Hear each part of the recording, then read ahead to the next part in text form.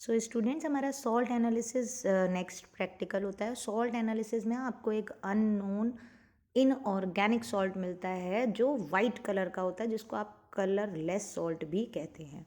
ठीक, अब कलरलेस अगर सॉल्ट है तो एग्जामिनर का पहला क्वेश्चन ये होता है कि कौन से सॉल्ट्स हैं जो कलर्ड सॉल्ट होते हैं। ठीक है, कलर्ड सॉल्ट कौन से होते हैं? तो आपको मालूम है, आप डी ब्लॉक एलिमेंट में आपने पढ़ा होगा कि कोई भी जो सॉल्ट्स होते हैं उनमें कलर कहाँ से अपीयर होता है, या तो डी ट्रांजिशन से आप बोल सकते हो, या फिर हैविंग अनपेयर्ड इलेक्ट्रॉन बोल सकते हैं। तो कलर्ड सॉल्ट अगर कह दिया है एग्जामिनर ने, तो दैट मीन्स कि आप अगर पूरा सॉल्ट नहीं बोल रहे हो, सॉल्ट के एनाइनिक पार्ट से कोई प्रॉब्लम नहीं होती, केवल आपको केटाइन बोलना होता है क्योंकि वही रिस्पॉन्सिबल होता है कलर के लिए। तो आप कॉपर ब्लू कलर का होता है, आयरन लाइट ग्रीन कलर का होता है, निकल वो ब्लूइश ग्रीन कलर का होता है, मैग्नीज जो है वो लाइट पिंक कलर का होता है।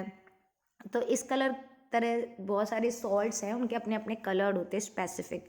इसमें आयरन का और आयरन का सबसे ज़्यादा पूछा जाता है कि लाइट ग्रीन कलर का होता है। उसका रीज़न ये होता है क्योंकि मोर सॉल्ट जो है वो भी फेरस सल्फेट का होता है, वो लाइट ग्रीन कलर का होता है। तो एक दो कलर आपको याद कर लेने हैं। अगर आपका कलरलेस सॉल्ट है तो आपसे एग्जामिनर पूछेगा तो ये बता दीजिए कि कौन कौन से जो बेसिक रेडिकल्स हैं, कौन कौन से कैटाइंस पॉसिबल नहीं होंगे। केवल आप कलर ऑफ सॉल्ट देखकर ये बता सकते हैं कि ना तो उसमें कॉपर होगा, आयरन होगा, निकल होगा, ये कोबाल्ट होगा, ये मैग्नीज, ये सारे एब्सेंट होंगे। क्यों? क्योंकि अगर इनमें से एक भी कैटाइन या बेसिक रेडिकल प्रेजेंट होता तो हमारा सॉल्ट जो है वो वाइट नहीं होता। तो ये बहुत ही इजी क्वेश्चन होता है। पहला क्वेश्चन मतलब ये एग्जामिनर ज़रूर से पूछते हैं सॉल्ट एनालिसिस पर, कलर्ड सॉल्ट और कलरलेस सॉल्ट।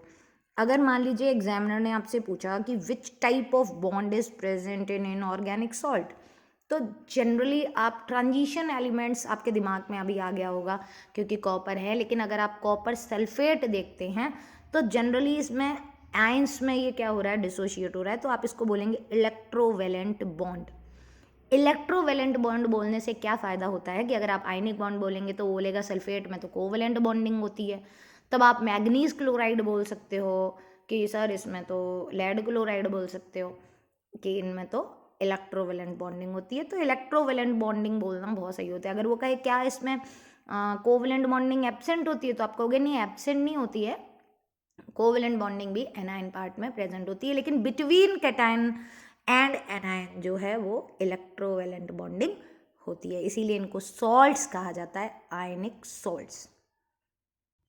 ठीक है स्टूडेंट, तो जनरली जो सॉल्ट्स होते हैं वो सॉलिड होते हैं, और सॉलिड स्टेट में भी हम लोगों ने पढ़ा है कि इसीलिए उसको क्रिस्टलाइन और एमोर्फस में क्लासीफाई किया जाता है क्योंकि वो सॉलिड्स होते हैं। और इसलिए जनरली इलेक्ट्रोवेलेंट जो कंपाउंड्स होते हैं या आयनिक सॉलिड्स होते हैं उन्हीं को सॉल्ट्स वर्ड दिया जाता है, और कोवेलेंट वाले जो होते हैं उनको हम लोग कंपाउंड्स जनरली वर्ड यूज़ दे देते हैं, ये प्रैक्टिकल लैंग्वेज के अकॉर्डिंग। अभी दूसरा क्वेश्चन होता है कि रेडिकल क्या होता है। तो रेडिकल अगर वर्ड हो रहा है तो एन एटम और group of atoms which carries charge positive और नेगेटिव। ठीक है, जिस पर भी चार्ज होता है उसको हम लोग रेडिकल बोलते हैं। ठीक है, तो बेसिक रेडिकल हो या एसिडिक रेडिकल हो, तो आपको अगर रेडिकल पूछा तो आप कहोगे एन एटम और group of atoms which carry charge, ये रेडिकल हो गया। अगर उसने कहा एसिडिक रेडिकल तो आप कहोगे एन एटम और group of atom which carry negative charge, और उसका वाइस वर्सा अगर बेसिक पूछेगा तो हैविंग पॉजिटिव चार्ज। तो इस तरह से आप इसको डिफाइन कर सकते हैं। बहुत छोटे छोटे क्वेश्चंस होते हैं जो एग्जामिनर ज़रूर पूछता है। उसके बाद है कि अगर आपको सॉल्ट्स हैं तो ओरिजिनल सॉल्यूशन जो हम बनाते हैं, आपको पता है ओरिजिनल सॉल्यूशन, आपको जितना भी आपने सॉल्ट्स में प्रैक्टिस की है अभी तक, सारे ओरिजिनल सॉल्यूशन जो हैं वो आपने डिस्टिल वाटर में बनाए हैं, कोल्ड डिस्टिल वाटर में। कोल्ड डिस्टिल वाटर का मतलब यहाँ पर ये नहीं है कि कोल्ड मतलब फ्रिज, कोल्ड का मतलब हो गया जो आपकी लैब में है रूम टेम्परेचर पर, उसको हम बोलते हैं। तो आपने कहा कि कोल्ड वाटर का मतलब ये नहीं है कि उसको ठंडा करा, फ्रिज की बोतल से निकाल लिया। कोल्ड वाटर का मतलब ही होता है जो रूम टेम्परेचर पे हो उसको। क्यों? क्योंकि दूसरा हम क्या वाटर यूज़ करते हैं उसको हीट कर देते हैं, हॉट वाटर हो जाता है। तो इस तरह से हम कोल्ड वाटर यूज़ करते हैं यहाँ। ठीक है, तो कोल्ड वाटर में जो सॉल्वेंट अगर है और अगर डिज़ोल्व हो रहे हैं तो क्या क्या पॉसिबिलिटी होती है, हमारा कौन सा सॉल्ट पॉसिबल है। तो देखिए अमोनियम, सोडियम और पोटेशियम के कोई भी कॉम्बिनेशन हो एनायनिक पार्ट में, वो जनरली कैसे होते हैं, सॉल्युबल होते हैं वाटर में। लेकिन प्रॉब्लम क्या है कि हम लोगों ने सोडियम पोटेशियम तो करा ही नहीं है। तो अब अच्छी बात क्या है कि जितने भी अमोनियम के सॉल्ट्स हैं वो सारे के सारे जो होते हैं वो कोल्ड वाटर में ही डिजॉल्व होते हैं। तो जिन बच्चों को अमोनियम के सॉल्ट मिलेंगे वो ईजिली समझ जाएंगे वो वाटर सॉल्युबल होता है। ठीक, अब उसके बाद दूसरी चीज़ हो गई कि ऑल नाइट्राइट्स, नाइट्रेट्स एंड एसीटेट्स, जितने भी नाइट्राइट्स हैं, नाइट्रेट्स एंड एसीटेट्स हैं, वो भी कैसे होते हैं, वाटर सॉल्युबल होते हैं। तो जिन बच्चों को एसीटेट मिला है, वो कोई भी एसीटेट हो, लेड एसीटेट हो या कोई भी हो, वो भी ओरिजिनल सॉल्यूशन उसका भी किस में बनेगा, कोल्ड वाटर में।